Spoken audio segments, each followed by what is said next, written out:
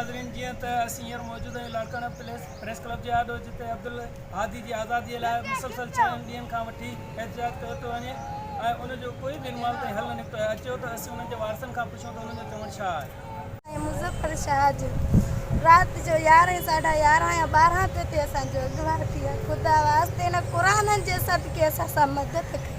अच्छा, उहो जेको मुज़फ़र आहे जंहिंजो फारम हुयो उहो हाणे तव्हांखे छा थो चए? उहो कोशिश में लॻो पिया ॻोल्हा में चए थो अलाह भलाई कंदो। हिन क़ुरान जे सदके असां मदद कई। हिन क़ुरान जे सदके असां मदद कई। असां ग़रीब मिसकीन सां ग़रीबनि जी दाम हिन क़ुरान जे सदके असां मदद कयो। ख़ुदा वास्ते असां हिमत कयो रहे अलाह जे चइनि चौकीदारनि जे विच ते चौथो खजी विया 3 चौकीदार उते चौकीदार कनि असांखे ॾस पतो मुसलसल साईं असां 6-7 ॾींहं खां वठी असांजो एहतिजाज जारी आहे। जीअं त असांजो गोरखपुर ऐं कशमीर ज़िले जे कंदकोट तालुके मां असांजो अब्दुल हादी मीरबर जीअं त फिश फार्म सैयद मुज़फ़र शाह जो चौकीदार हुयो। चौकीदार ॿिया बि हुया पर असां मलाह फ़क़ीर असां मलाह ग़रीब असांजो गुज़ारो जेको आहे सो इन मशीअ ते आहे। हीअ जेका दांह अक्सर करे नथी ॿुधी वञे, हर को दांहूं कंदो आहे, सभिनि जी दांहूं ॿुधी ॿुधी सभु बोड़ा थी विया आहिनि।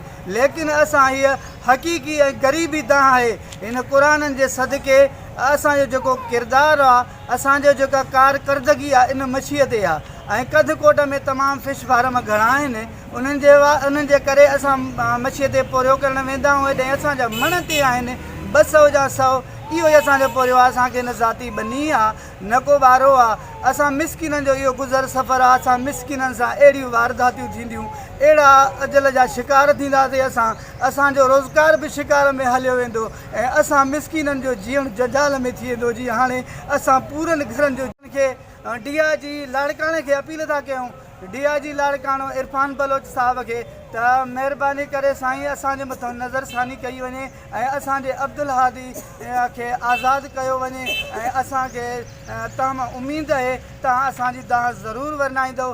असांजो हितां जो SSP आहे मसूद भंग साहब तमामु बहादुर माण्हू आहे। इन अहिड़ियूं वारदातूं जेके आहिनि तमामु हाफ कढ़ाई ऐं फुल कढ़ाईअ में ख़तमु करे छॾियूं आहिनि।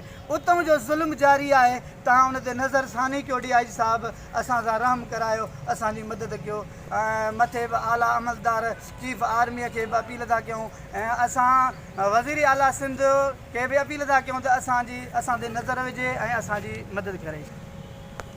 जेकॾहिं असां सां इंसाफ़ न कयो वियो त असीं हाणे रोड रस्ता बंदि कंदासीं या असां पंहिंजो पाण खे बाहियूं ॾेई असां पंहिंजे कान वापसि कराईंदासीं। कैमरामैन सां कटे आउं आहियां डिस्ट्रिक्ट रिपोर्टर खुदार अली शेख, मुंहिंजी सिंध न्यूज़ चैनल।